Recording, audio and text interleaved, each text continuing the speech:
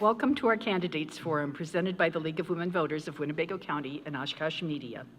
I'm Margie Davey, President of the League and tonight's moderator. Joining me on the panel is Karen Schneider, publisher of the Winnebago Media Group, which includes the Oshkosh Herald, Neenah News, and Winneconne News. I want to thank the Grand for hosting us in this beautiful historic building. I want to thank the candidates for coming out on this beautiful evening to share their thoughts with us, so much better than Monday would have been. And I want to thank all of you here, whether you're here in person or watching at home, for helping the League fulfill our mission to inform and educate voters. Democracy is a team sport, and we're glad you're choosing to participate. The forum is co-sponsored by Oshkosh Media. The forum will air live on Oshkosh Media Government TV, which can be found on Spectrum Cable Channel 10 in the city of Oshkosh and Channel 99 on AT&T UVerse. It will also stream live on the Oshkosh Media YouTube channel and the free Oshkosh Media apps on Roku, Amazon Fire TV, and Apple TV. The forum will be available on demand on the Oshkosh Media YouTube channel and will re-air several times on government TV between now and Election Day. Please check the Oshkosh Media website for replay times. The League of Women Voters never supports nor opposes any political party or candidate. The League publishes a monthly newsletter and has an active Facebook page. For more information about the League of Women Voters, access our website at lwvwinnebago.org. Please be aware that there are several polling places that have changed in Oshkosh. Be sure to access myvote.wi.gov to check and double check where you vote. The city clerk is sharing this information in many ways too, but checking My Vote also allows you to confirm your personal registration. Even if you've voted in every election since Eisenhower, it's always better to check beforehand than to be surprised on Election Day. In addition to this forum and the wonderful local coverage this year's elections are receiving, another way to get to know your candidates and thereby make an informed choice is to visit vote411.org. All candidates received an invitation to submit to Vote 411.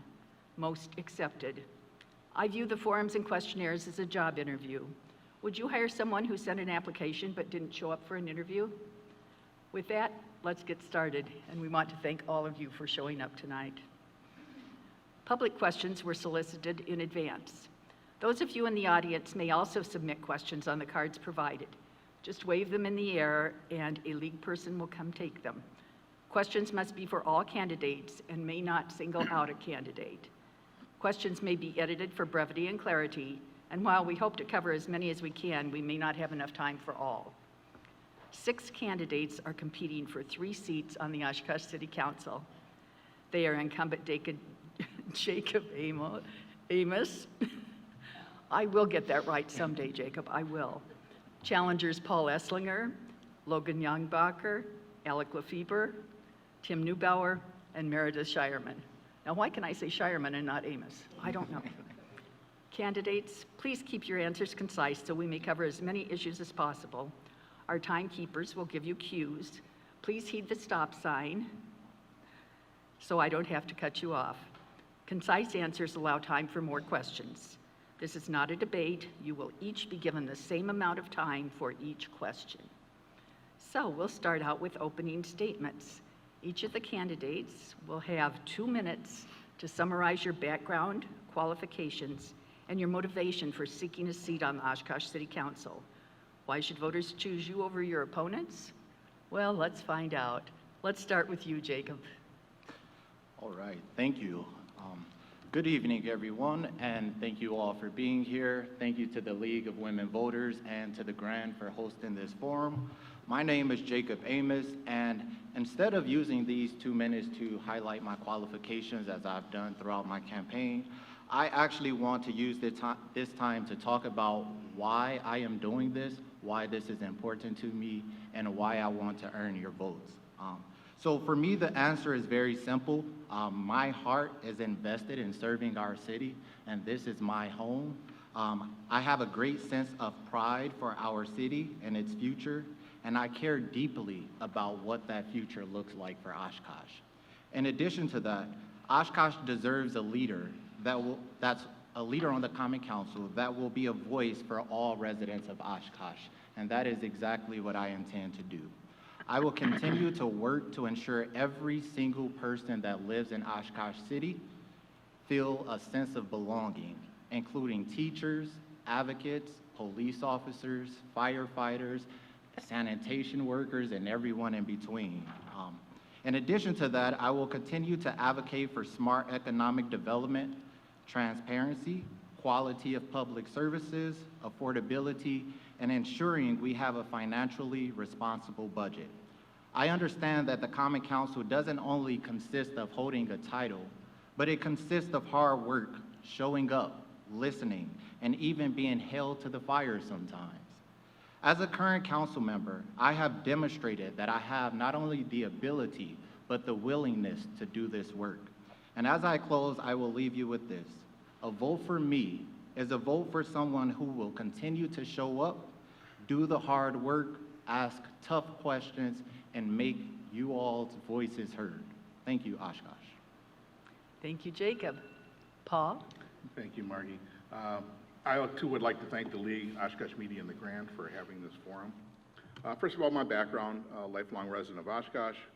I've earned an associate and bachelor's degree in marketing, several years experience of TV and radio advertising.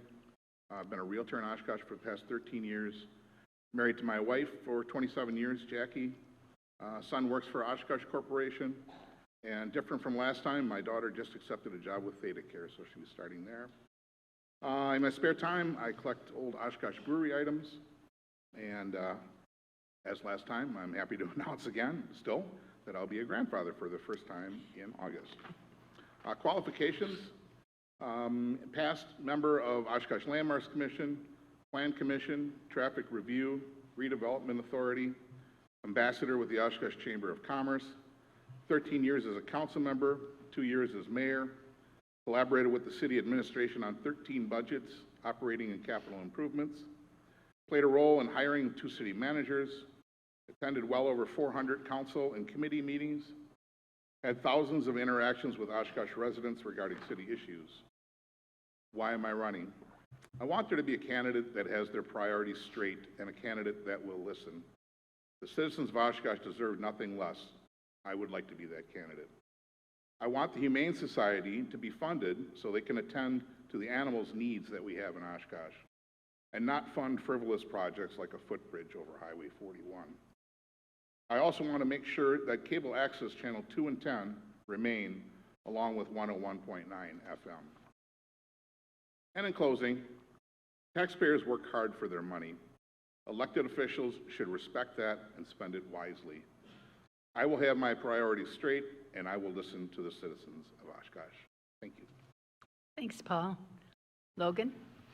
Thank you. Good evening. I'm Logan Youngbacher, an Oshkosh native and lifelong resident. I've served on the Business Improvement District Board and now serve on the Board of Directors for Downtown Oshkosh Incorporated, where my work has focused on strengthening our downtown and ensuring that Oshkosh remains a welcoming and vibrant place for all.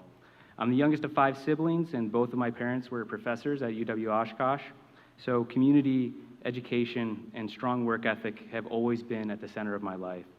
Oshkosh isn't just where I live, this is the community that raised me. Our city has a long and proud history. We've had moments where we've gotten things right and moments where we've learned some really tough lessons. What matters now is that we keep moving forward. I believe that when local government works, it creates opportunity and improves people's daily lives. Right now, too many people feel like they're being asked to pay more and getting less in return, and that's not good enough. I am running for Common Council to help make our local government work better.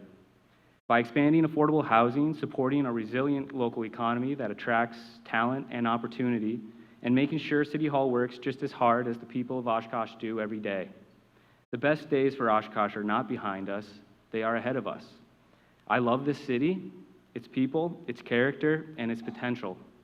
The people of Oshkosh are hardworking, loyal, engaged, and yes, we are stubborn. But it's that very stubbornness that drives the people here to care deeply, stand up for their neighbors, and do the work necessary to make our community better. I believe in our future, and I'm ready to bring a forward-looking mindset, practical solutions, and a strong work ethic to City Hall. Local government should work, and it should work for you. I am ready to get to work. Thank you, and I'd be honored to earn your trust and your vote this spring. Thank you, Logan. Alec? Thank you. Good evening, and thank you to the League and Oshkosh Media for hosting tonight, and thank you to the Grand for having us. I'm Alec Lefebvre, and I'm running for Oshkosh Common Council because I care about this city, and I believe that Oshkosh can do better. I've been talking to a lot of people throughout this campaign, and the same concerns have come up over and over again. Everyday life has gotten harder and more expensive. People feel less safe here than they used to. The streets need repair. The city doesn't communicate well. People want a city that works better in the day-to-day reality of their lives. And they're right. Oshkosh needs to get better at the basics. But here's the question. If we keep making decisions the same way, why would we expect anything to change? Too often, we rely on the same perspectives and the same backgrounds to solve our problems. And then we wonder why things don't change. If we want different results, we need a different perspective. I am the only candidate in this race who does not come from a banking or real estate background. My background is in technology and communications, helping people make sense of a fast-changing world. I'm also a renter and a younger working professional, so I understand firsthand the pressure people are under as housing, transportation, and everyday costs keep rising. I'm running to bring a fresh perspective to City Hall, one that focuses on community, quality of life, reliable infrastructure, better transit, and overall preparing for the future. I would be honored to earn your vote. Thank you. Thank you, Alec. Tim? All right, well, I'll follow suit. Thank you guys for hosting this. Thank you to the Grand. I got the awesome tour from Carl before I got here. I am unlike everybody else. I have no notes. I wrote nothing down. I don't really campaign. I'm just here. I'm Tim Neubauer, 45, real estate agent. I started off in corrections for 10 years. I went to the DMV for 2, and then that's where I met my wife is when I quit that, and we started a photography business. From there, we transitioned. I'm now a real estate agent. Most people know us. We have the Corbett House here in Oshkosh. We've aired that whole thing on social media. There's been a few news articles and on the news as well. So that's how most people know us. My whole reason for coming onto city council it was simple. I had a lot of roadblocks with the city when it came to doing that house. Come from, you can't work on that house because you don't live in it. My big argument with that was, well, me living on the property doesn't make me any more or less qualified to do the work. And I just kept hitting roadblock after roadblock after roadblock. Not to mention fees and permits and stuff that I just found complicated everything. It shouldn't be this hard to build a future and build something for your family. And after digging more into it, I found all the weak points and the unnecessary fees that we all have to pay. I'm just a regular person. I live here, and I'm kind of tired of just getting overcharged for doing everything. For instance, you got to pull a permit to do a toilet. You get no service out of that. You pay $25, go change your toilet. That's it. Why do we need to seek permission for everything we do on our own property? I would like to see more freedoms with our own properties. I'd like to see things cost a little less and everything to stop nickel and diming us. That was my main reasons for coming in, but as I get into this, I've come up with a lot more, which Thank I you, have to Tim. stop. So. Meredith? Good evening. Thanks to the League of Women Voters for selecting this iconic landmark in Oshkosh. My name is Meredith Shireman, and I'm running for City Council because I care deeply about this city, and I believe that collaborative leadership is what is needed to move Oshkosh forward. I'm a lifelong resident. I consider myself a townie. It's a badge I wear with pride. 20 years ago, I was on the City Council, and at that time, we negotiated a garbage tax. Today, we have a wheel tax. 20 years ago, we put our first block of Riverwalk around the water, and today, almost the whole waterfront is filled with a beautiful Riverwalk. 20 years ago, you wanted your property taxes low. Guess what?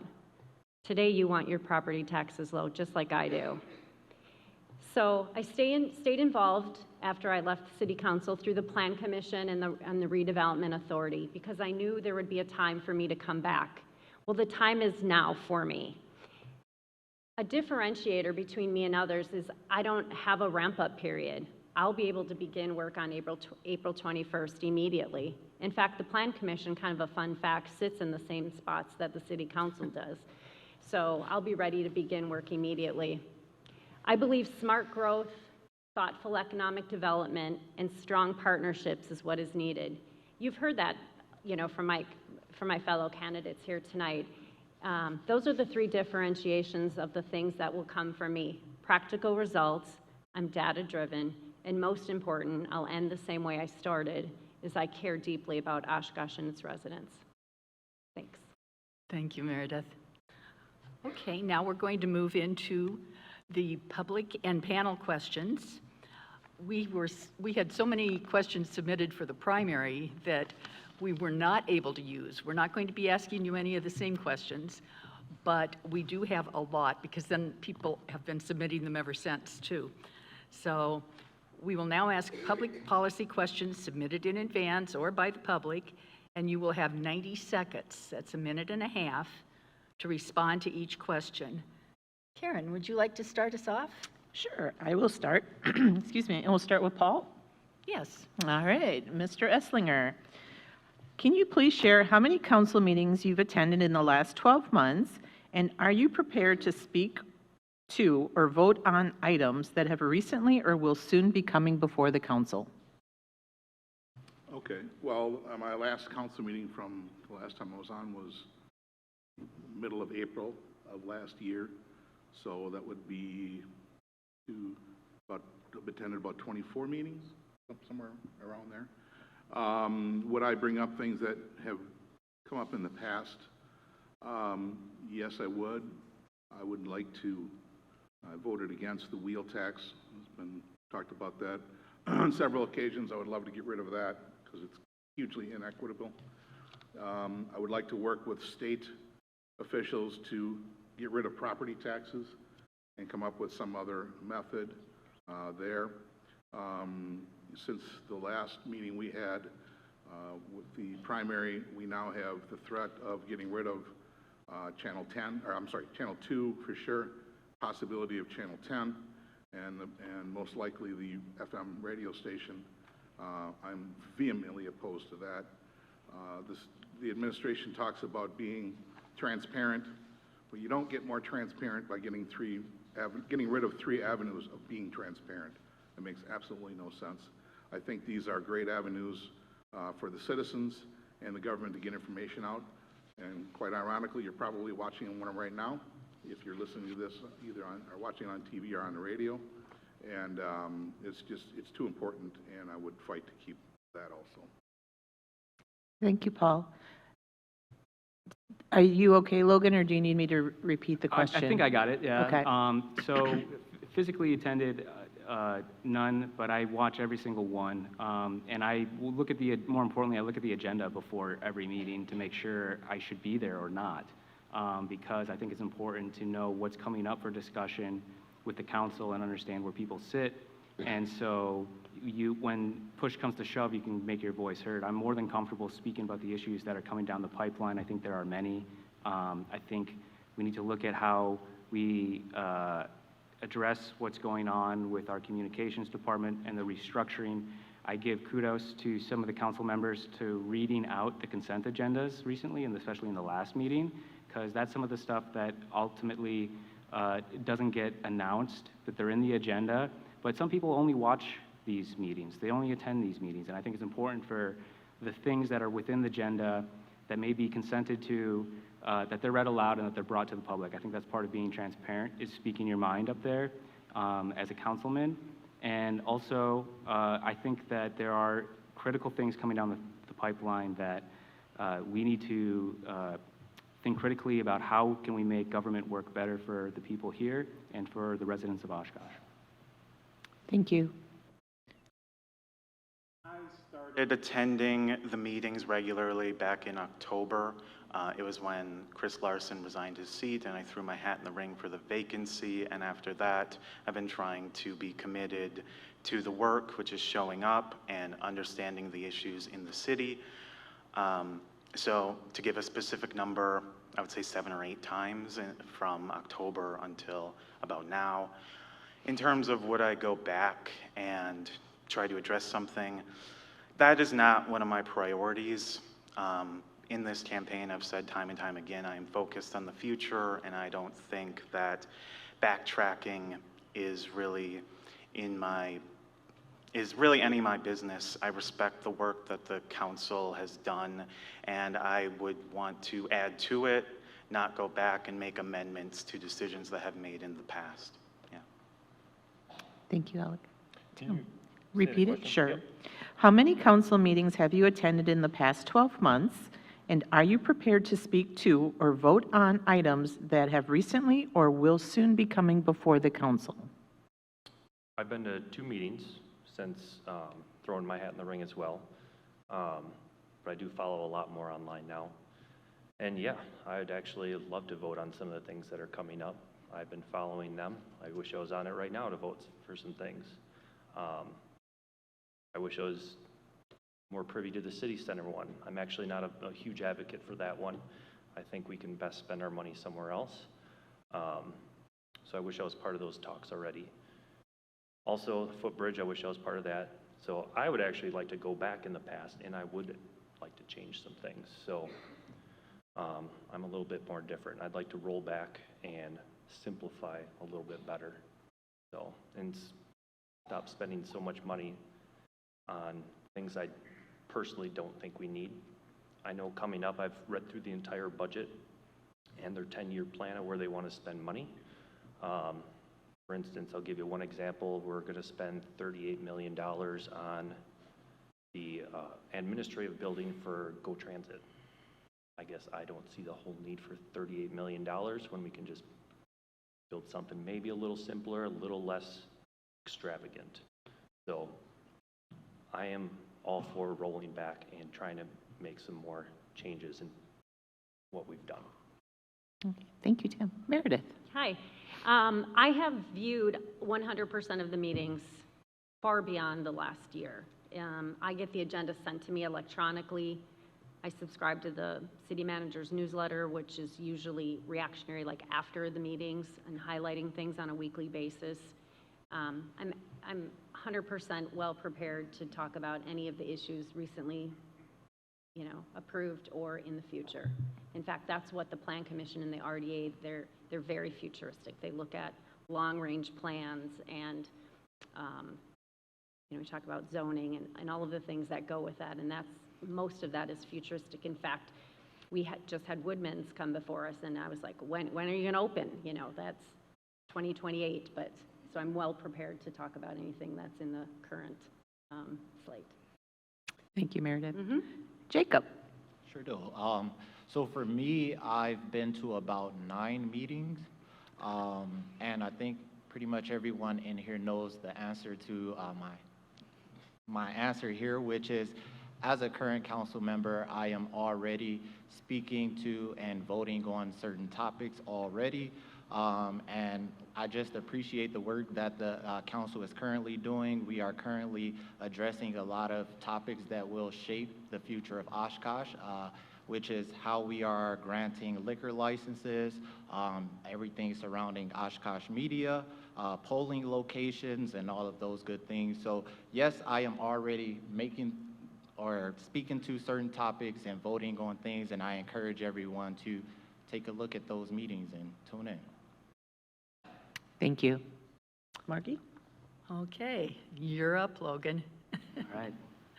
Do you support the council manager form of government? And do you support our current at-large election of city council members? Yeah, I do. I think that this is a way to make sure that city government is working efficiently and effectively by having a council that can also hold a day job, and to manage the manager with Rebecca and the staff that she has and give her the goals that we need. I think that allows the council to effectively be the voice of Oshkosh, and the fact that we're aldermen at large means we have to address every neighborhood, every ward. We have to knock on every door and talk to people where they are on the porch, understand what they're facing day to day, and we can reflect that to the city council manager, to the city manager, and allow her to move quickly, effectively, and also at the same time, I think it allows more participation in the process to have council people who can have a day job and also serve their community and make sure government is working through our current system. I think it allows more participation and is exactly what we need, and I encourage it, so thank you. Thank you. Alec? Thank you. Yeah, I support the council manager form of government. I believe it provides stability and professional management in a city our size. It makes sense. I want to spend more time on the second part of the question about at-large. I understand the appeal of an at-large system. It means that any resident can reach out to any council member, and everybody is technically accountable to the whole city. That said, going through this campaign has given me some real questions about it. At-large systems tend to favor candidates who already have name recognition, existing networks, and financial resources. They can also make it harder for neighborhoods and underrepresented communities to elect someone who feels like their representative. So I have some questions about the at-large system. Overhauling the system is not something that I'm looking to do, so don't worry about it. But I think that the current model functions well enough, but I think it's worth having the discussion and continuing to evaluate whether it truly reflects the diversity and geographic realities of Oshkosh. Okay, thank you. Tim? Well, I think either one has their pluses and minuses. Neither one of them are perfect. This is just what we have right now, so let's roll with it unless we can come up with a better idea. I do like the fact that we do have a city manager, and then we have council that can all communicate, and we can try to get a job done. Do I think there could be better ways of doing it? Sure. But who knows what's better? I mean, seriously, everything's messed up right now in this world, and there's just no right answer. We can only do the best that we can, and right now, I think it's best to have multiple members to where we can have conflict and come up with something in the middle that benefits everybody instead of, you can take it to benefits one side versus the other side. We need more conflict to come up with better answers and better things to do with our city. Thank you. Meredith? Sure. I support the city manager form of government that we have today. I think it's incredibly important to have an educated, professional, experienced leader, manager to take charge of our city. So for sure, I do that. And the way we have it at large, I think it's great. I think it allows us to talk to anybody, go into neighborhoods that we haven't. I mean, I had somebody call me message me this week, and they said that there was a car in front of their driveway, and they wanted to, and she even said, she goes, I don't live on your side of town, but there's a car in the street that's buried and blocking my driveway. And I was like, well, let me look into that for you. I didn't say, well, you can't call me, you have to call somebody. That would never be something that I would aspire to. So yes and yes. The short answer is yes and yes. Thank you. Jacob? Sure do. So for me, yes, I do support the current structure of the council as of right now. Just like what Meredith said, I think it's very important to have a city manager that has the experience, that has the education for local government, and that's qualified to do the job. And in addition to that, you also have the council for checks and balances. And as I've mentioned many times before at council meetings, each one of us that sits up there represents a group of people in the community, and I think that it's very important to make sure that we have those people in place to represent the community as a whole. So I absolutely support this form of government. As far as at large, I support that as well. I think that it allows a space for all voters to be heard, to be able to reach out to any council member, like many people up here has already said, and yeah, make their voices heard. Some people may feel more comfortable with one council member more than they do the next, and they may not live in that particular person's neighborhood, but it's important for them to at least have someone that's on the council that they can reach out to. So 100% I support this structure of government, yes. Thank you. Paul? Thank you. No, I don't support it. We've heard from several people about the well-educated individual we have. This well-educated individual had no problem taking away money from the Humane Society and wanting to get rid of access stations without even contacting the council regarding it. That to me is gross negligence in my estimation. We also have, I think, too much power in this one individual. The citizens cannot hire that individual. They have to hire the council members.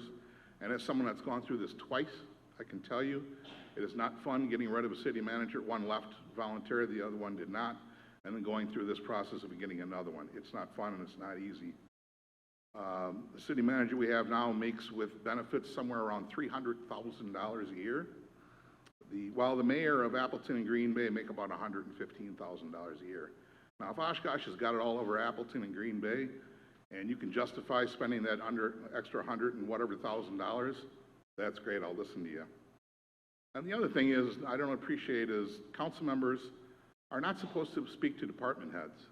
That is an issue with me. I think if the people elect you, they trust you to run things the way that you feel that they want them run, sometimes you can't get a hold of the city manager and you need to talk to a department head. And I don't see any reason why a city manager would have any problem with a council member wanting to talk to a department Thank you, head. Paul. Okay, our next question, Karen. Okay, and we are starting with you, Alec.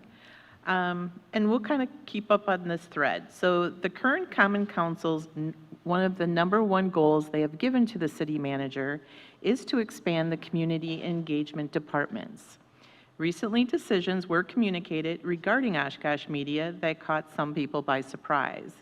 How would you have preferred that communication to be handled, and what would you have done differently? Thank you. Yeah, what happened with Oshkosh Media is just really unfortunate all around. We had an opportunity to really innovate on how we communicate with the public here, and for this to happen at the first swing is just kind of unfortunate, and it sows a lot of distrust where there was, and hopefully remains a lot of opportunity. Unfortunately, we are starting off on the wrong foot, but just a few weeks ago before this whole situation unfolded, I was actually excited about proposing an idea of modernizing that space, taking what was traditional local access and evolving it into something bigger. Other cities are doing programs like this, creating public media spaces where residents can produce podcasts, short form video, digital content, while still continuing with the long form community broadcasting. That was something I was really excited about. And that is the direction I would have liked to have seen us go. Maybe there's still a chance. And I think cutting the public out of that space entirely is a mistake. This should be about expanding access, not limiting it. If we get this right, Oshkosh Media could be a hub for creativity, transparency, and community voice. Not something that we move away from, but something that we build on. Thank you. Tim? I think it was a terrible decision. I'm more nostalgic, and that's been in place for, 40 years? I would like to see it stay. I literally found out the same time they found out that it was getting shut down. It was 10 minutes before our interview, and it was through an email. I find it very disheartening when you send out an email pretty much at the end of the day, and then there's no recourse for them to ask questions. You just send them home packing with a very nasty gram of, hey, you're fired, we're getting rid of you. I think that's not being very transparent as well, getting rid of this avenue. We have tons of senior living people here who actually enjoy the FM channel and the other 2 channels, and that's where they get their info. They don't sit on computers, they don't sit on their phones, and this is just one avenue. I don't care if viewership was low or not, we still had, that was a very good way, if people wanted to, they could access it to get information about the city. Hopefully there's a way we can actually go back and maybe bring that back.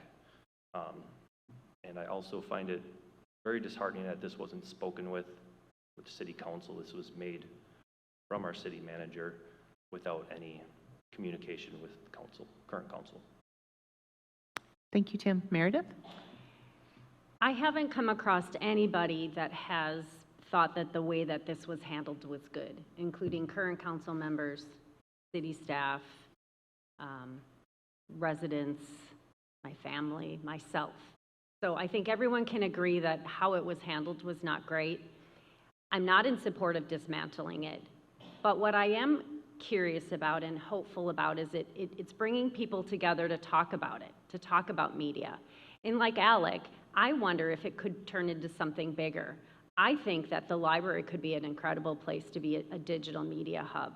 I think it could encourage additional citizen producers. I think it, you know, I know Madison did it. I researched it and Madison did it.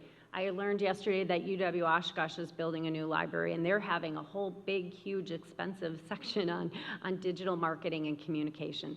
So what could this bring? So while it wasn't a great decision and how it was handled, for me, it's more about what are the next steps.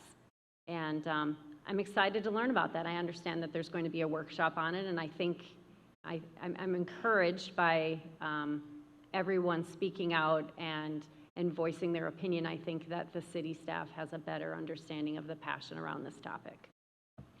Thank you, Meredith. Jacob? Thank you. So 100% this was not done in the best way. So I completely disagree with how this was handled.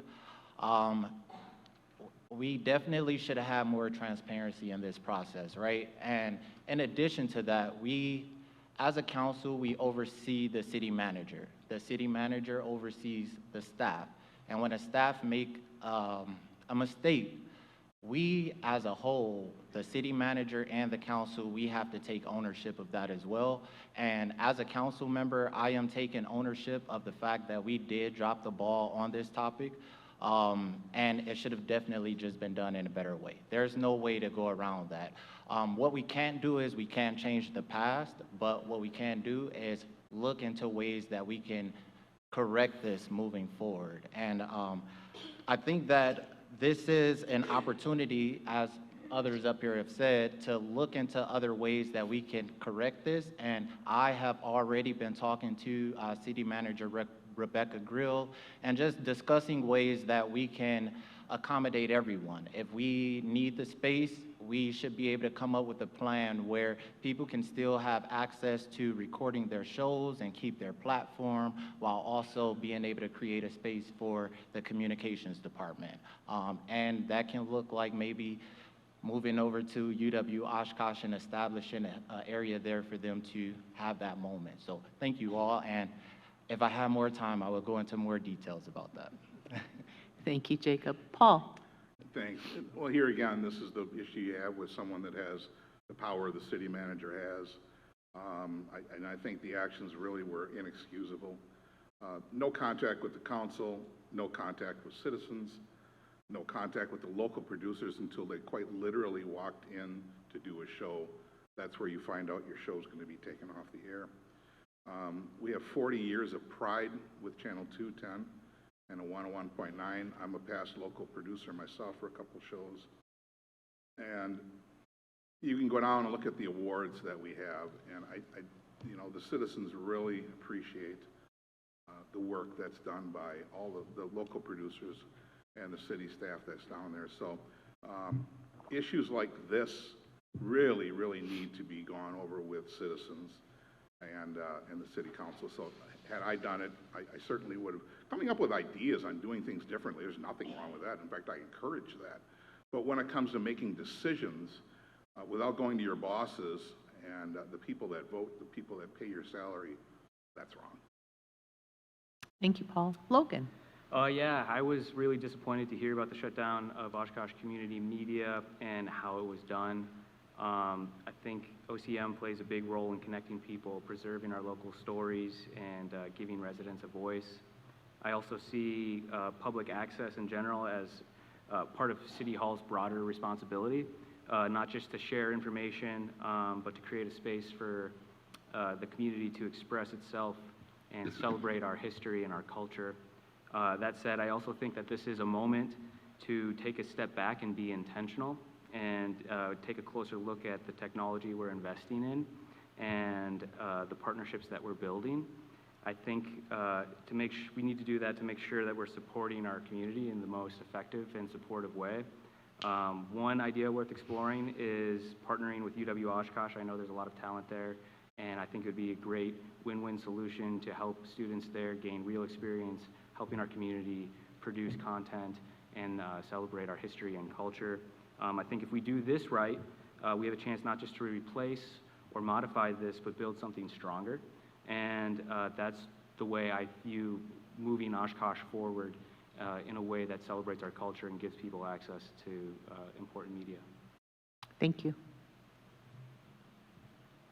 That's it, it's my turn. It is your turn. And it's your turn, Jim. Lovely. All right. The council exists to represent the values of the community. As one of 7, how will you work with the rest of the council to reach consensus so you may speak with one collective voice? That's just communication and being honest and coming up with ideas that we got to take everybody's ideas and come up with something in the middle that's going to benefit everybody. You know, we can say this is all nonpartisan, all we want, but you have core values, whether you're left or right. And I think that we need to bring those different ideas and collaborate and come up with different ideas instead of one versus the other. So yeah, it's very simple. It's communication, working well with others, and be nice. You know, we're not nice to each other anymore. We need to be nice, get along, and actually be respectful. Super simple. Thank you for mentioning that. We usually, when we're at City Hall, we have the big civility poster that's up there. We don't have one here, but I do want to thank everybody for being so civil tonight. So thank you. I see those posters do work. Meredith? I started my opening speech tonight about why I'm running for council, and I said it takes collaborative leadership to move Oshkosh forward. So for me, this is a very simple question. You have to find ways to communicate and get things done.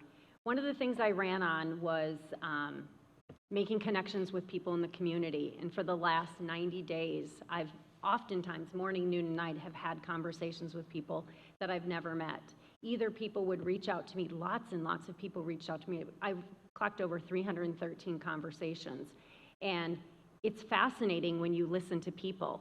And and that's what our job is to listen to the people.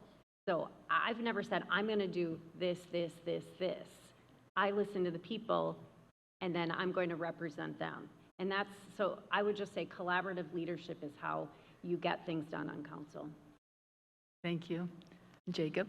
Yeah, for sure. So the truth of the matter is that a lot of times you're not going to agree on a lot of topics with the other candidate or the other council members. So that's just the raw truth, right? In addition to that, like, our job is to represent the people of Oshkosh. Our job is to talk to people in the community and see what people in the community want. And as I mentioned earlier, we all represent a certain group of people in the community, and our job is to be a voice for them. So it really doesn't matter how we feel about a particular topic personally. Our job is to push forward what the community wants as a whole. And it's okay to communicate with each other. It's okay to collaborate. But a fact is that it's illegal to try to persuade another council member to vote in a certain direction. And a part of the job is just knowing that, having those conversations and stating how you feel, and going back to your constituents and having those conversations and making an informed decision that may not always align with the other council members. So yes, we can collaborate and communicate, but make sure that you are making the residents of Oshkosh voices heard. Thank you. Thank you. Paul? Yeah, I'm going to agree 100% with what Jacob just says. I don't know if you read my notes here. Just kidding, just kidding. No, he's right. I mean, the citizens have to be your direction, right? I mean, you guys are the ones that vote for us to have the privilege to be up there. You have to, you have to communicate with, this is where I had the problem with department heads, and to go through a city manager to try to get answers from a department head is cumbersome, and I don't think it's sufficient. So I think that needs to change. You have workshops with other council members and the public, where the public can come and speak and give their opinions. Constant contact with the city manager is another thing, because let's face it, the city manager is coming up with well over 90% of the agenda items, so keeping up with her is very critical. And then the other one, that I've dealt with many, many years is literally staying up to all hours of the night, not sleeping, thinking about what did I do wrong, what can I do better, what should I do, who should I have talked to, who didn't I listen to, who do I need to listen to next. So we have all kinds of different methods for communicating, and using them all would be wise. Yeah, I think the most important part of speaking with a unified voice as council is actually listening. Like we've said before, is we're the voice of Oshkosh, and that means we have to listen to what the people are saying. And our job is to not only speak as a unified voice, but to listen and listen intensely and understand where people are coming from and where these various motivations or attention are focused. And I have a lot of experience actually working with different complex teams with people with different motivations and how they want to accomplish tasks. And ultimately, the goal is to articulate a vision of what success looks like, listen intensely on other people and where they want to go, and how we can create a shared vision of what our future looks like. And ultimately, with careful listening, we need to articulate the path of where we want to go. And so ultimately, it's that unified voice comes from listening, and listening to the city and the people who live here and what they face every day. And it's up to us to ultimately use judgment and pass that voice on. And so it's become heard. So.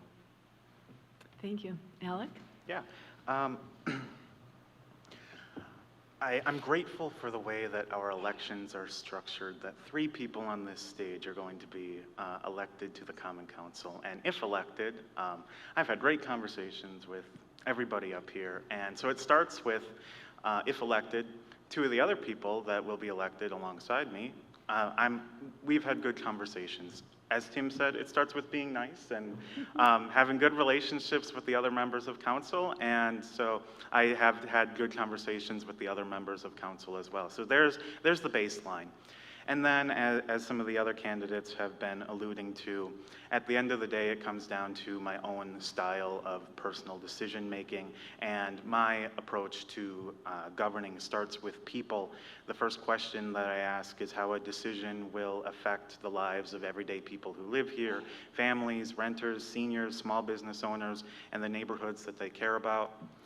After that, the next step is making sure the decision is fiscally responsible.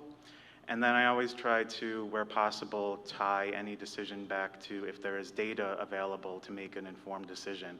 And I think, as I said, I've spoken with the other candidates on this stage and with the other council members, and what I find is that largely they have the similar approach to decision making. So I think that using that framework, we will be able to collectively speak on an issue and come to a decision. Thank you, Alec. Okay, first of all, I want to say I'm very jealous of everyone out there in a cushy chair, okay? I'm just saying it. So you guys can suffer because you're on, you're on tonight, but wow.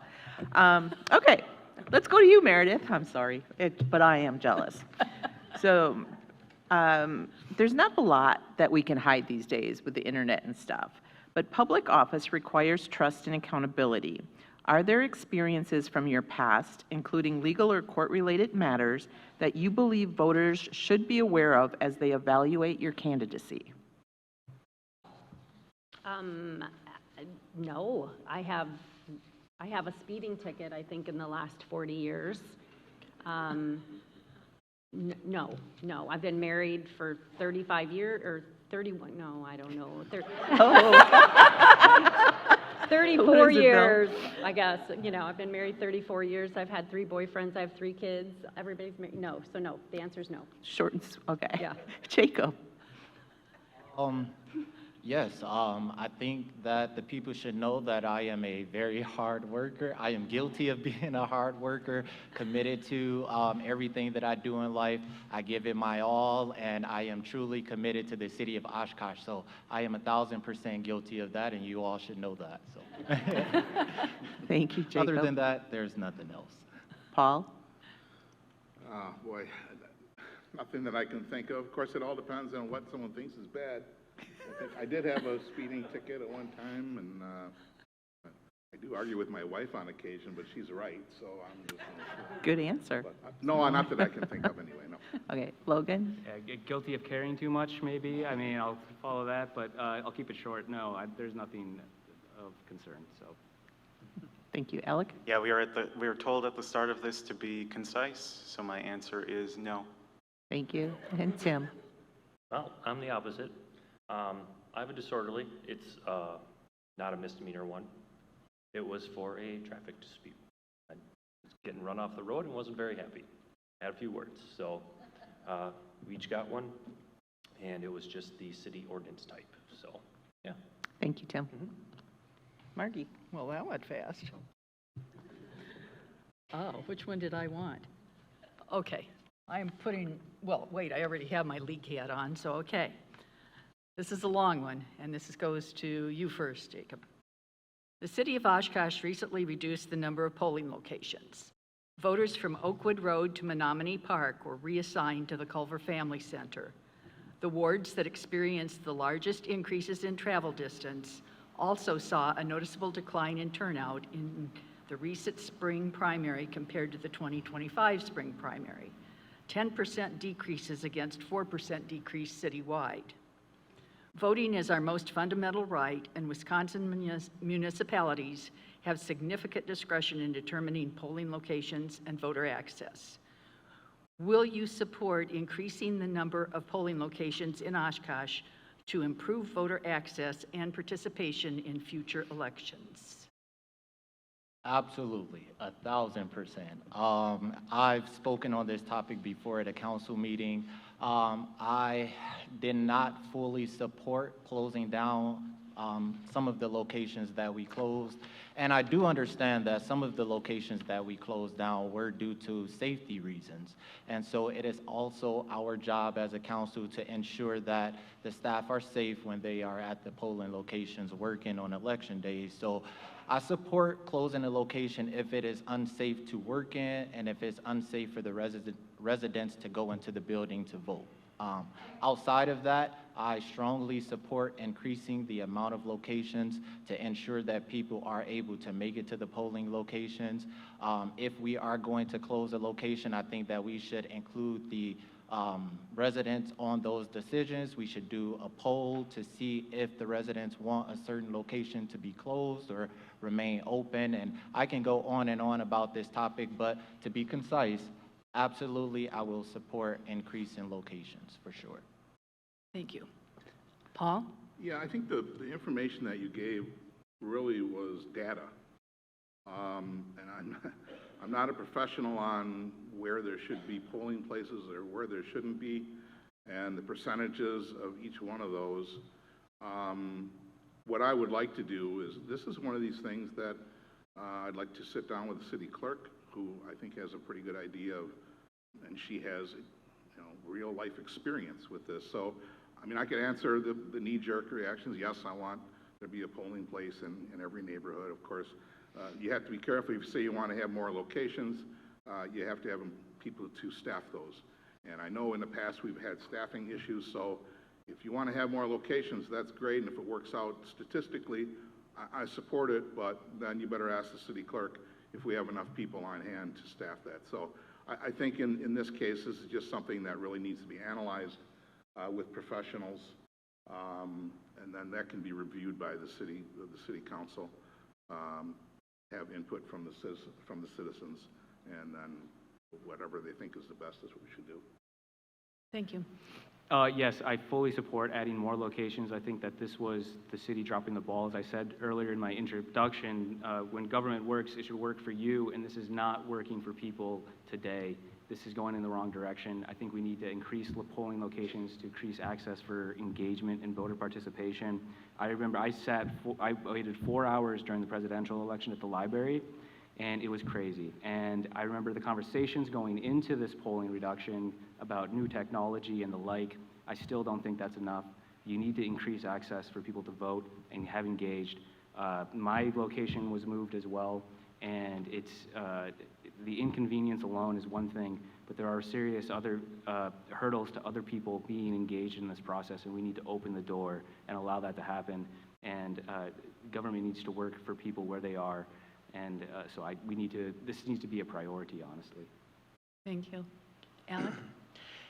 I think I tend to agree with Paul on this one, in that voter access is important to me, but when I hear the data that's presented, I think that correlation does not equal causation, and I think that it might. If the city staff looked into it and they recommended that we expand the number of polling locations, then yes, I would do it in a heartbeat. But I'm not going to sit up here and have a knee-jerk reaction and say we must expand the polling locations. That's just, like I said, I tend to be a data-driven guy, and one point of data doesn't quite do enough for me. So I would like some further analysis on the issue, but if it were the case that the staff recommended it, yes, absolutely. I want to make it easier to vote. I would look into other ways to make it easier to vote, including making transit free on election days. I think that that's something easy and sensible to do. Thank you. Thanks. Tim? Well, I would just ask the citizens what they want. If they think it's very inconvenient right now for them, then yeah, we should look at expanding. I've only heard of one person, my friend Michael Russell, did not like his polling place getting moved. So yeah, I'm sure there's more voices that don't like what happened, and if we need to expand and make it easier to have more in-person voting, then absolutely. Thank you. Meredith? Two things come to mind. One is I think we've done an incredible job of early voting. I think everyone can agree going from Irving Street over to the UW-Oshkosh Culver Center is just an incredible improvement. So I think we've done a good job there. I seem to remember when the decision was made to close the polling places, there was good reasoning behind it, safety and access and different things. And so it seemed like it made sense at the time. I also recall at a council meeting that when the question was asked to the clerk, like, was there any complaints? And she had said that there wasn't any.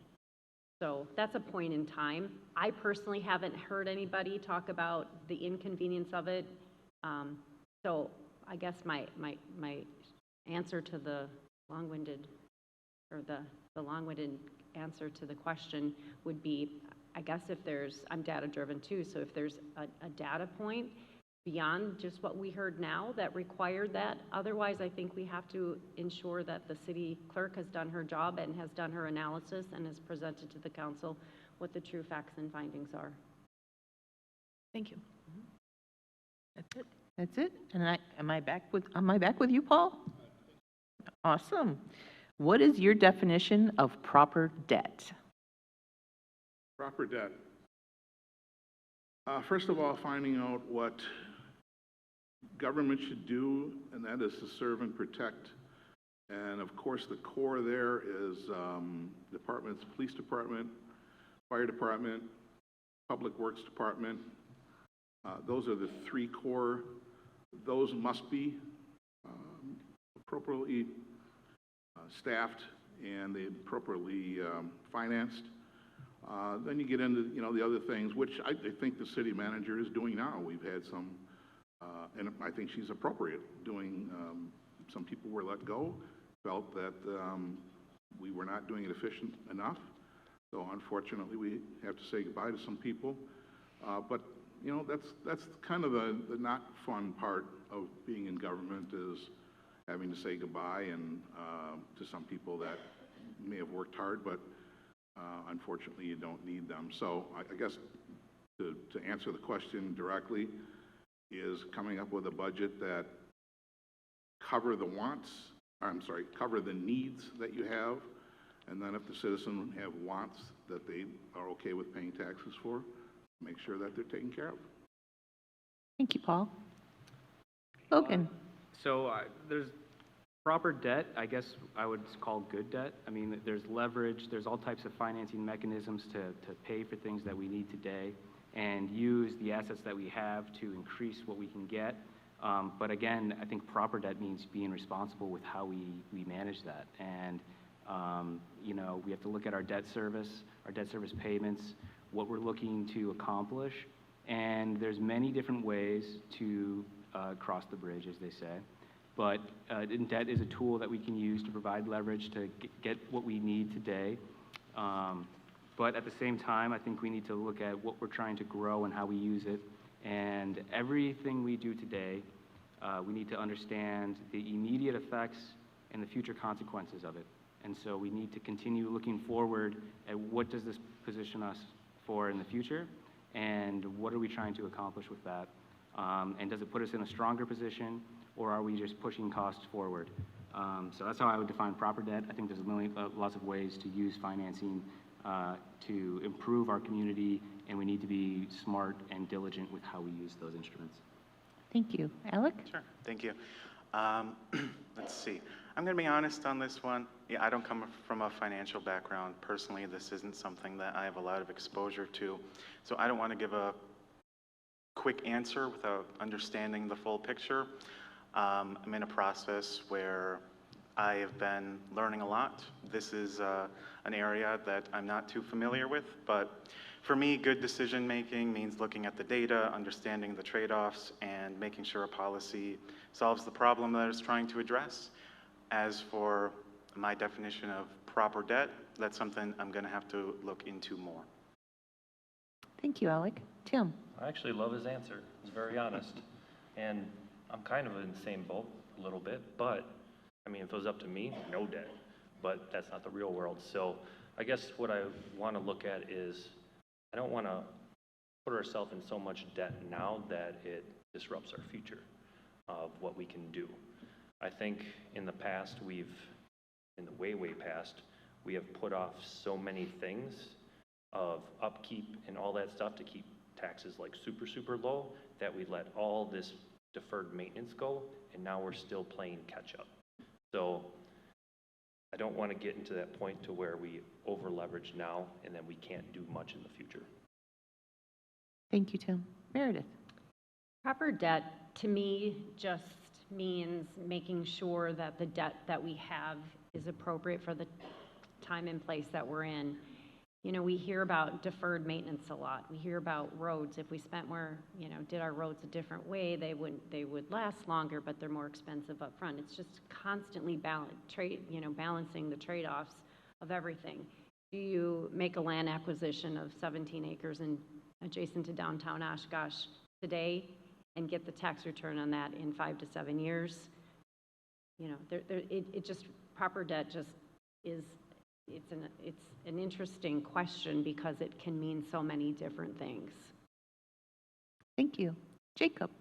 Thank you. I agree a lot with what Logan said.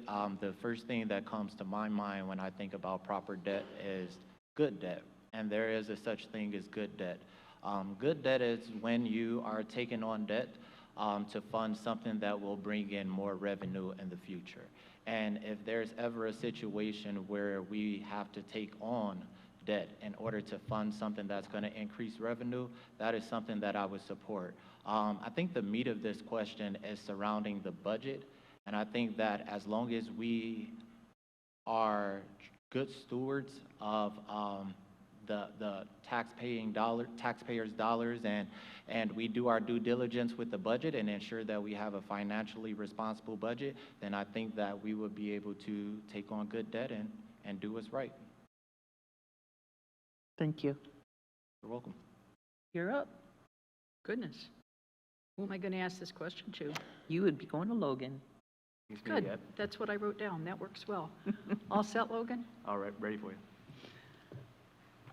Do you advocate for voucher money moved from the public school system to private schools to be a separate entity on the property tax bill? Yes, I do. I think it's important to know where our money is going all the time, and this is part of just being transparent. And if anything, we should have more opportunities to do this so that people clearly know exactly where their money's going. So, I mean, I'm just going to keep this simple. Yes, I would support that. Thank you. Alec? Yeah, I'll keep it simple too. I agree with Logan. I think that transparency is good for the public. I've seen people asking for this specific line item. I think that people ought to know where their money is going. So yes, I would fully support that. Thank you. Repeat the question quick. I heard it different. Okay. Do you advocate for voucher money moved from the public school system to private schools to be a separate entry on property tax bills? Yeah. Super simple. Everybody should know where all this money's going. Concise, I like it. Yep. Super simple. Like, you can word vomit as much as you want, but realistically, yeah, it should just be another line item. It wouldn't be that much work to do. Thank you. Meredith? I would agree. My answer is the same as to the right, but yes, I agree. That's fine. Transparency, I see no downside to it. Let me say that. Thank you. Jacob? Absolutely. Transparency is important. And to all my accountants out there, you guys know that the key to success is organization and just making sure that we are able to have a clear picture of what's going on with finances, where money is being allocated to. And absolutely, I support that. Thank you. Paul? As long as the money is attached to the student and the parent gets to make the decision where that money goes, I don't care how you do it in the bookkeeping, it doesn't make a difference to me. So you would support that? Sure, fine. Okay, thank you. Okay.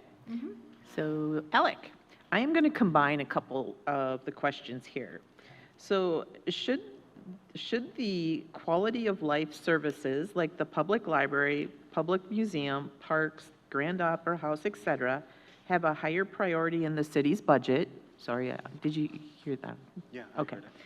And second part, as media and books are more widely available in streaming formats, does Oshkosh even need a public library? Okay. So, yeah. Okay.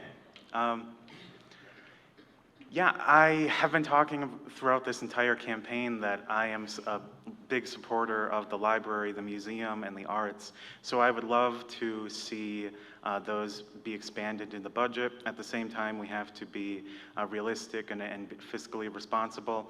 We have to get the basics right first, and there's a lot of work to be done in the basics, but yes, would love to expand the quality of life services. I don't think that these are extras or luxuries. These are the city services. These are the reasons why people live in this city, and to cut them back would just be a shame.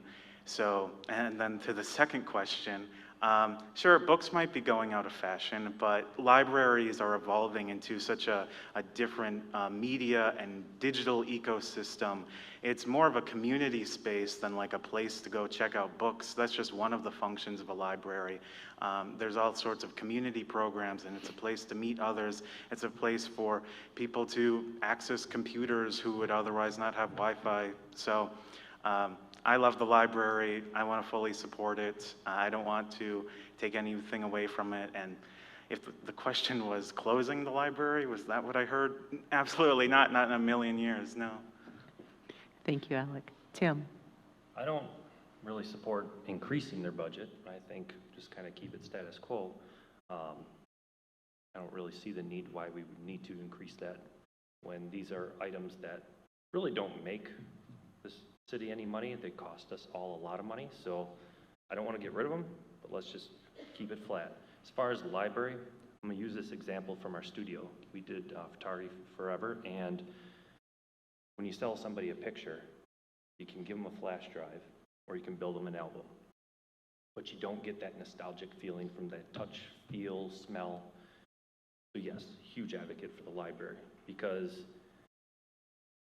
I really hate reading from a screen. And I hate that our kids read from screens. I mean, we don't do books in schools anymore. Everything's on a computer. So I'm a little bit more nostalgic, and I want to see, feel, touch, smell what an actual book is. I don't want to get rid of any of that. Thank you, Tim. Meredith? Two-part question. First thing is, core services should be prioritized in the budget first, and then after those are prioritized, then the quality of life things come next. And then regarding the library, I'm not in support of closing it. My solution, or one of my solutions for the Oshkosh Media is to move it over to the library. I agree with Alec that it can be a digital media mecca. Yeah, I mean, again, I read up on Madison and I just was like, I want that here. So I think we need to shift. You know, if people are reading books less, then, you know, we just shift the emphasis and we shift what's going on there, but closure, no. Thank you, Meredith. Jacob? Thank you. When I think of these things, I think of quality of life. And I definitely think that quality of life should be a top priority. So yes, I think that it should be a top priority on the budget, along with other things though, concerning like public services such as fire and police services. So I think that all goes hand in hand. It's all about quality of life and ensuring that we have things in the community for people to be able to take advantage of. So with that being said, I definitely would not support closing the library. And there is a campaign that's going on right now. It's called Read More. And I think that having a library definitely help foster the environment for kids and even adults to read more. So I think instead of closing it, we should lean more into how we can make it better and get people more excited about reading more. So, and if you think that kids and adults don't like to read or don't like to go to the library anymore, that's definitely a myth. They definitely like to have that tangible book in their hand and read. So yes, let's keep the library open and keep it at the top of the budget. Thank you. Paul? Well, I guess the first thing I would say is, it's interesting you said, should they have, and you named out the library and some other places, should they have a higher priority? And I guess I don't understand what that means, but I think I get the gist of what you're saying. What we're doing is looking at streamlining things, making sure that things are efficient. We've done that with the Humane Society, we claim, to make that more efficient. We're doing that now with cable access, to make sure that's efficient, and we come up with excuses why we should get rid of those. Yet in some places, some of the places that you named, we're not looking at getting those streamlined, and I'm asking, why are we not looking at those? Maybe some people that are in those organizations are a little more politically connected than other places, which is wrong. So if we have pet projects and pet places, let's make sure everyone is created equal here, to make sure they're streamlined.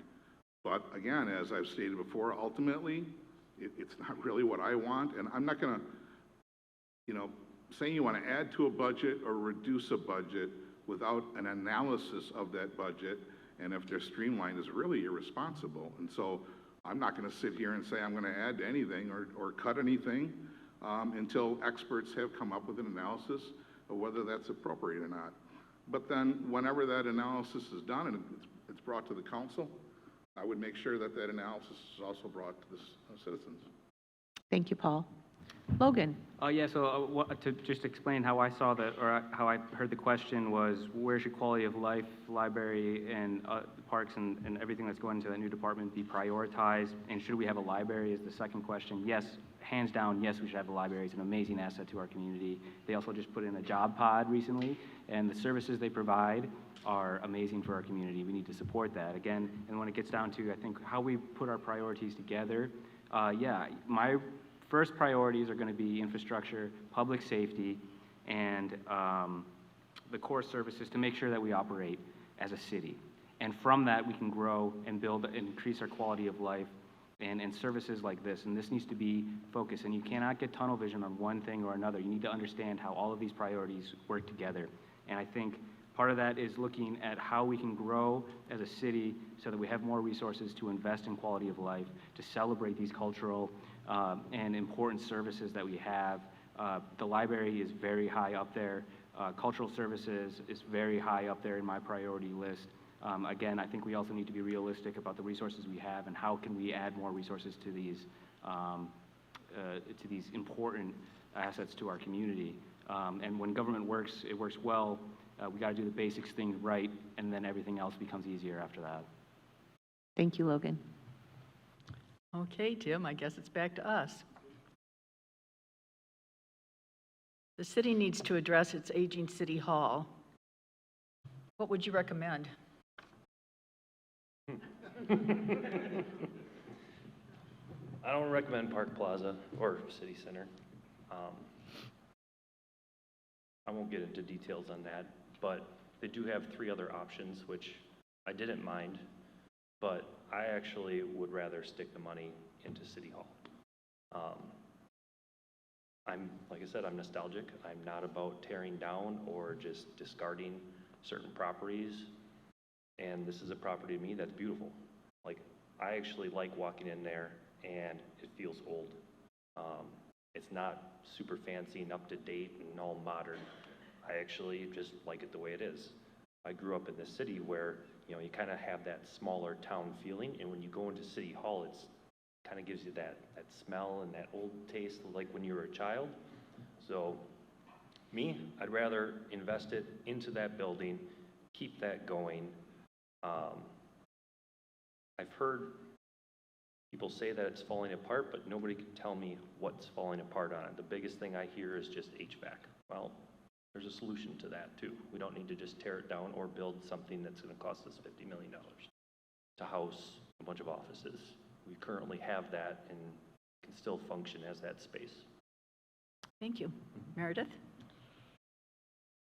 So I'm going to go with the premise that the analysis has already been done and it's not cost effective to stay there, because that's the message I keep hearing. So if, even the question is, the City Hall aging, what should you do? So I'm going to go with the premise that we need to do something, and that something is probably move. And I'm not entirely sure where it should move. I'm not supportive of it on the river within the city center as what I know today, because we haven't been told anything, but fundamentally that doesn't seem like that's a good use of that space for me. I know that there is consolidation going on over at UW-Oshkosh. Perhaps they've got some, not land within the campus proper, but they also own other areas around the city. Perhaps there's room there. Perhaps there's, a park. We already own a lot of parkland. Perhaps there's a duplication of a park somewhere that it would make sense.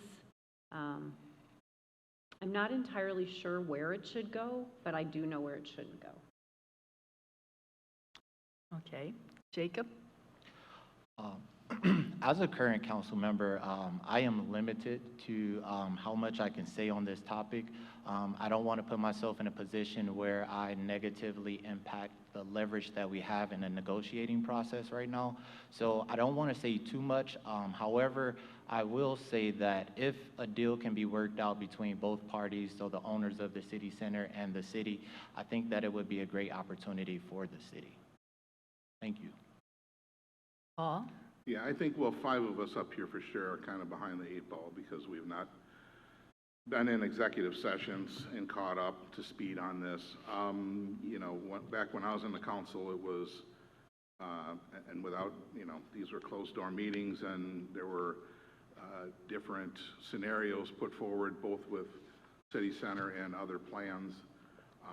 But I believe that since I've been gone, that idea with city center has now morphed into something different. What that is exactly, I don't know. So I really can't, it's hard to speak to something when you don't have the information. All I can say is I really don't like government being in the real estate business because they don't do it very well. And they can get involved in certain ways, zoning, and aspects like that, but it should be few and far between. Developers do best with development, and those things should be left in developers' hands.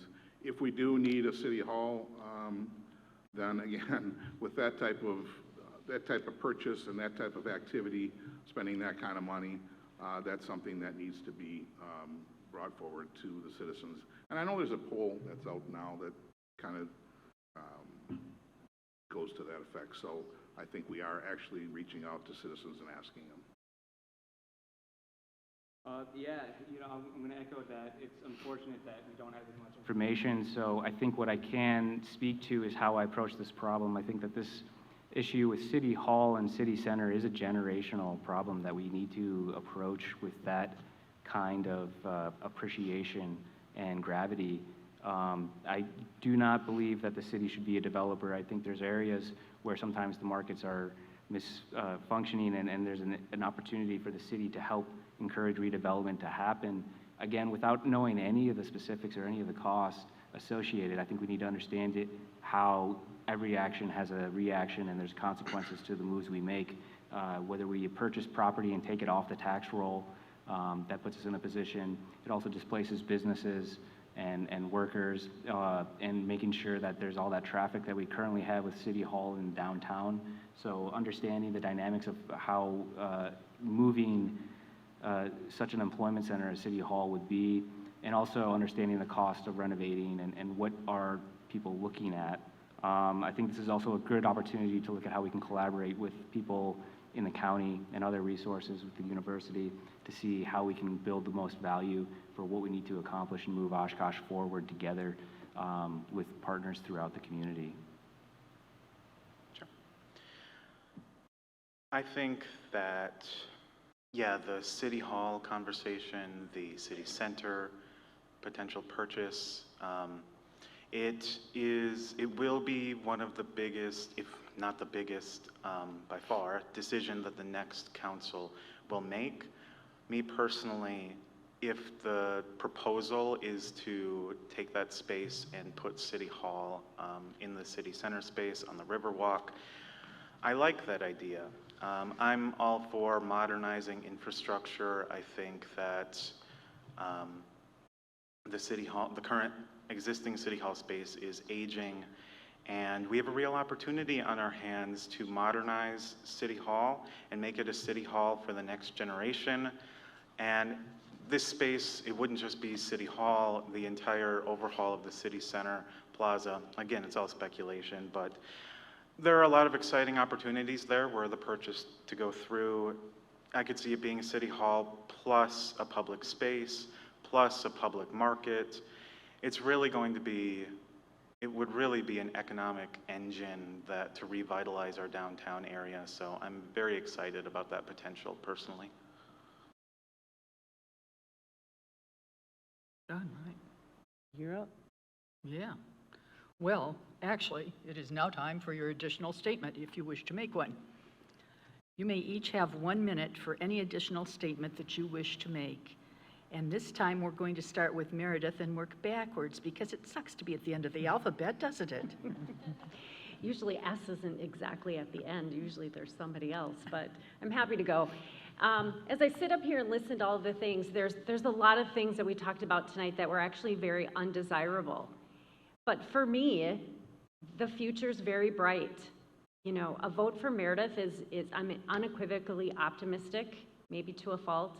I'm positive. I try to find ways. I live by the mantra, how can we? How can we be better? How do we do better? That's how the glass is always going to be half full for me. So I want to leave you with that impression of me, because I think that's really a differentiator and something that you're going to get from a vote for me. And that's it. Thank you. Thanks. Tim? Vote for me is just to simplify. If you pay attention to social media, a lot of stuff, and like for me, like restoring the Corbett House is very important to me. I think keeping certain things in this city and not, we keep destroying everything and building something new, something ugly. I'm a little more nostalgic, and I'd like our city to kind of stay the way I remember it as a kid. So many good memories from living here. So on top of that, yep, tons of unnecessary fees, unnecessary permits. We just really need to, I know there was an audit done, but I think we can simplify it even more and try to save the citizens more money. Alec? Thank you again to everybody who hosted, everyone who participated, and everyone who is paying attention to this race, both here and at home. I decided to run because I love Oshkosh and because I don't think that regular people should feel shut out of local government. I think this city works best when new voices step up, when we listen to one another, and when we focus on solving real problems in everybody's lives. I can't promise to have every answer on day one, but I can promise that I will care deeply, I will do the work, I will listen, and I will always try to move this city in a direction that is more affordable, more welcoming, and more prepared for the future. That's the kind of council member I want to be, and I would be honored to earn your vote. Thank you, Alec. Logan? Yeah, thank you again to the Grand and to the League of Women Voters for putting this event on together, and thank you all for being here and being engaged in this process. Oshkosh is a city built by people who care, people who show up, work hard, and take pride in their community. That's the Oshkosh I know, and that's the Oshkosh I believe in. This city gave me the opportunity to build a life here, and I'm running to make sure that the next generation has that same opportunity. We have a real chance right now to move our city forward, to strengthen our neighborhoods, support our local economy, and make sure government is working for the people it serves. I'm ready to bring energy, accountability, and results-driven mindset to Common Council. You deserve a government that works, and I'm ready to get to work. I would be honored to earn your trust and your vote April 7th. Thank you again. Thank you. Paul? Yeah, two things I would like to note. One is actually a correction. At the beginning, you talked about how many meetings you had been to in the last. I thought it was 2 years. It was 1 year, so my answer was incorrect. The last year, I have not been to any council meetings, however, I watched it on TV, so I wanted to make sure I got that correct.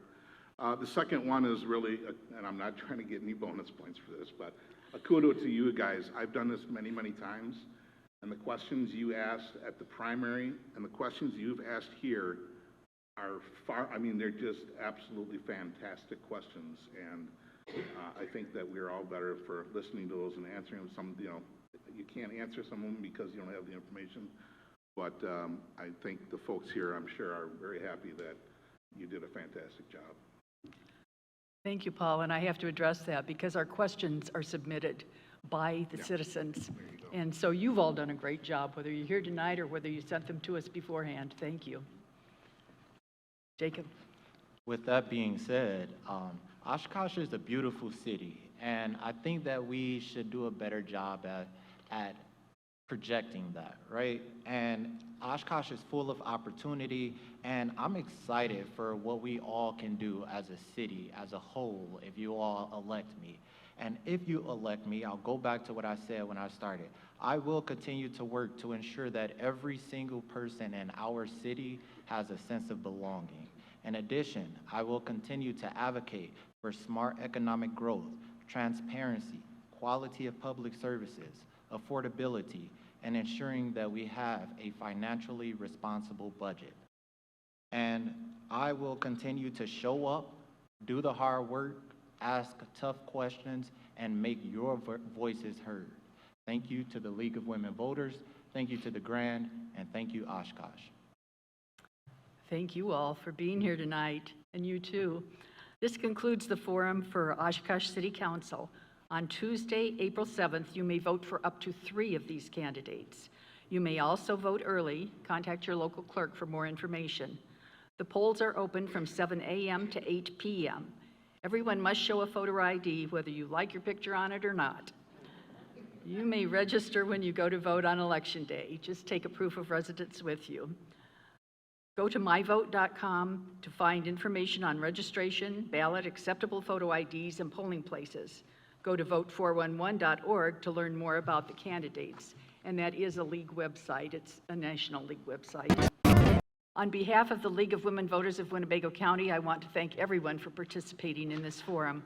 Remember, our democracy depends on citizen involvement, and voting has consequences. Please vote on April 7th.